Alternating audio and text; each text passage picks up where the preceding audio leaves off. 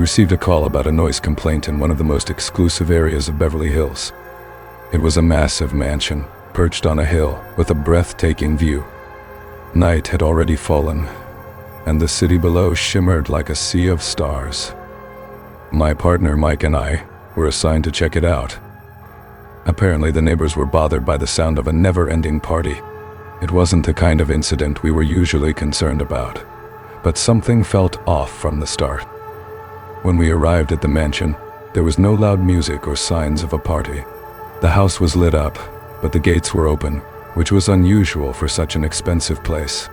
Mike and I exchanged a look before heading inside. We knocked on the door, but no one answered.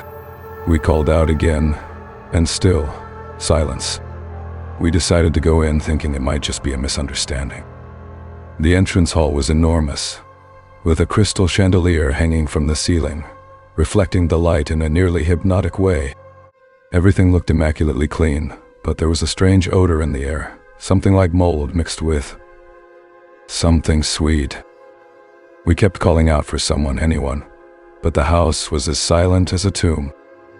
As we explored the mansion, we came across a room filled with antique furniture, clearly very valuable. In the center, there was a record player, playing a soft yet melancholic melody. It was a song I didn't recognize, but it immediately unsettled me. That's when Mike pointed at the walls. There were portraits everywhere, but the eyes of the people in the paintings seemed to follow us with every step. "This is giving me the creeps," Mike muttered, and I agreed. We decided to check upstairs, but as we began to climb the stairs, the music started to slow down, distorting in a disturbing way. At the top of the stairs, there was a door slightly ajar, with a faint light spilling through the crack. We approached cautiously, and when I pushed the door open, it was a child's room, decorated in soft shades of blue and white. Old toys were scattered across the floor, and an empty crib sat against the wall. But what caught our attention the most was the massive window overlooking the city. Something was wrong. The lights of Beverly Hills, which had once shone so brightly, now seemed dimmed, as if darkness was spreading over the city. Then, the door to the room slammed shut with a deafening bang. We rushed to try and open it, but it seemed locked from the inside. That's when that sweet odor grew stronger, and the music, it started playing backward. A low guttural sound echoed through the room, coming from all directions. My heart pounded so fast I thought I might faint. Finally, we managed to break the door down and ran outside. But when we looked back at the mansion, we saw something that froze us in place. All the windows were covered in mist, except for one. On the upper floor, a dark figure stood watching us, motionless. Its eyes, they glowed in the darkness, like those of a wild animal. Back at the station, no one believed our story. But what happened next was even worse. The house was investigated the following morning, but it was empty, as if no one had lived there for years. Everything was covered in dust, except for one thing. In the center of the hall, the same record player still playing that distorted melody. But the worst part came later when we reviewed the security footage from our operation. In every recording, from the moment we entered the mansion, there was a shadowy figure following us, reflected in every mirror, always one step behind.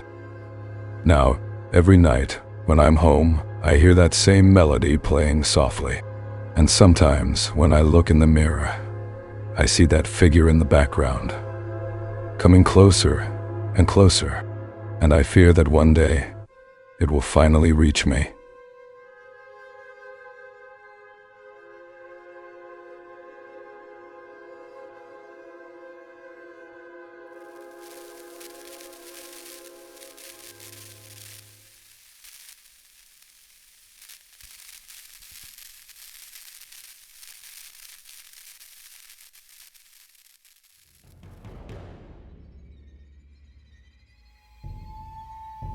During the 1990s, I was an investigator in Costa Rica, and it was during this time that I received one of the most disturbing cases of my career. An isolated cabin, hidden in the forests near Manuel Antonio, had become the site of something terrible. When I arrived, the crime scene was a mess. Overturned furniture, bloodstains on the floor, but no signs of the bodies. The only object that could provide clues about what had happened was a VHS tape, left on the table. Curious and unsettled, I took the tape back to the station, unaware that I was about to plunge into a nightmare. When I inserted the tape into the VCR, and the image filled the screen, I was transported into the story of two American tourists, young and full of life. The video started innocently, with the two friends exploring the vibrant streets of San Jose, visiting the Mercado Central and sampling local foods. They filmed everything, laughing and enjoying themselves.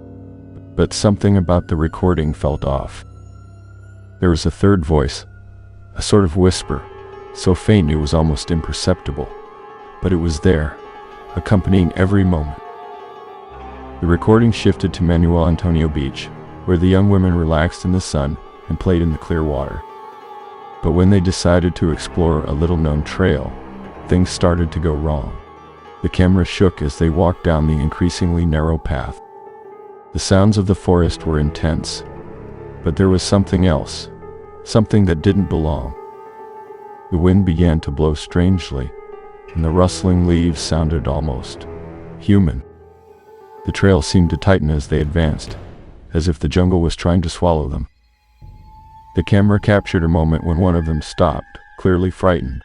She mentioned feeling like they were being watched, but the other laughed and encouraged them to keep going. Then something bizarre happened. The camera recorded a fleeting figure in the shadows of the trees, something that shouldn't have been there. When the camera panned to the side, a set of glowing eyes briefly appeared in the darkness. The young women didn't notice, but I felt a chill run down my spine as I watched. The video continued with the friends trying to find a waterfall, but instead they came across a clearing with a crude altar made of stacked stones and animal bones. A sense of imminent danger hung in the air. Those stones weren't there by chance. The sound around them grew eerily quiet, as if the jungle was holding its breath. Then the friend holding the camera started to tremble. She filmed her hand involuntarily, as if trying to show that she couldn't stop shaking. The other friend was pale, seemingly experiencing the same sensation.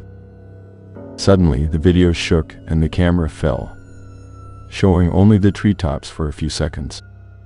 The sound on the tape became distorted, as if something was interfering. Suddenly, a desperate scream filled the air, but the camera remained focused on the sky. Then, the sound of running footsteps, breaking branches, and a second scream, even more desperate. When the camera was lifted again, one of the friends was lying on the ground, unconscious, while the other was out of control, completely distraught. The tape abruptly cut to a new scene, where only one of the young women was visible, the same one who had been unconscious earlier. She was dirty, covered in blood, with a lost look in her eyes. "He's here. He will never let us leave," she whispered, her eyes fixed on something off camera. Before I could process what was happening, the video ended with a loud sound, a thud followed by a moan of pain, and the screen went black. For days, I rewatched the tape, trying to find a rational explanation. But each time I watched, more sinister details seemed to emerge, as if the tape was changing.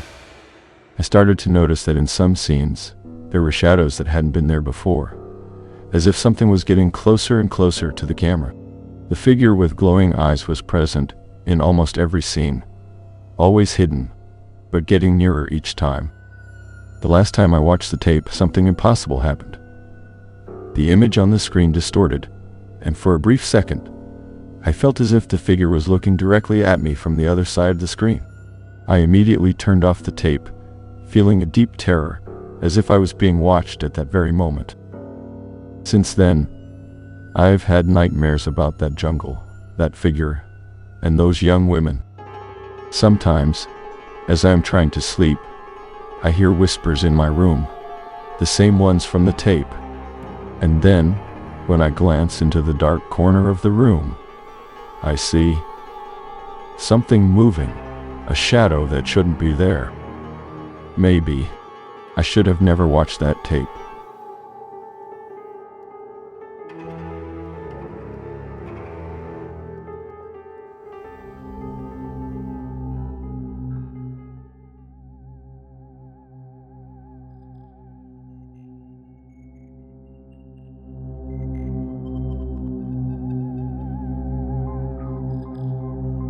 name is Hank, and I'm the sheriff in Marfa, Texas, a small and isolated town in the middle of the desert, known for its mysterious lights. People always talk about them, lights that appear and disappear on the horizon without explanation. I never really believed in those stories, until that night. We received a call about a house on the outskirts of town. The neighbors were worried because they hadn't seen the family in days, and I felt uneasy as I drove out there. The house looked deserted, but all the lights were on, and the family's car was in the garage. When I knocked on the door, no one answered. I called out several times, but only silence replied. I decided to break in. The inside of the house was eerily tidy, as if everyone had vanished in the middle of their daily routines. Plates were still on the kitchen table, breakfast half eaten, curtains gently swaying as if touched by a breeze. But there was no wind that night. A chill ran down my spine, but I pressed on, calling for anyone who might be there. Finally, I reached the basement. The door was ajar, and a strange smell wafted up from below. I descended with my flashlight in hand, and what I found down there took my breath away. Strange symbols were painted on all the walls, symbols I'd never seen before, like something from an ancient ritual. In the center of the basement, there was a camera, still recording, pointed at a specific corner of the room, where a large circle was drawn on the floor with a mixture of charcoal and what looked like blood. I picked up the camera and reviewed the footage. The video began with the family sitting around a table, visibly nervous, murmuring words in what sounded like an unknown language. In the middle of the table was an old photograph of the town of Marfa, but the image seemed distorted, as if something was out of place. Footsteps echoed in the video, but no one was moving. Suddenly, one of the children at the table started shaking uncontrollably, their eyes rolling back. The mother screamed, but her words made no sense, like she was in a deep trance. The camera then focused on the father, who slowly stood up and began drawing the same symbols I saw in the basement, muttering something under his breath. The camera's microphone picked up strange noises in the background, like whispers coming from nowhere. The most disturbing scene was when the camera shook, as if someone had knocked it over. The video cut to darkness for a few seconds, and when the image returned, the room was empty. There was no sign of the family, just the sound of heavy breathing, growing louder until the video abruptly ended. I felt a presence around me. My flashlight started flickering, and I swear I heard footsteps behind me.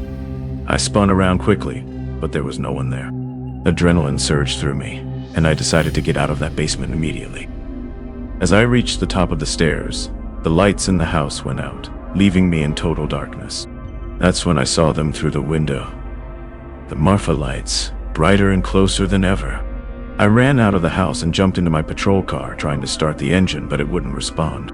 The Marfa lights began to move toward me, and the radio in the car blared with loud static, followed by a voice I didn't recognize, telling me to run.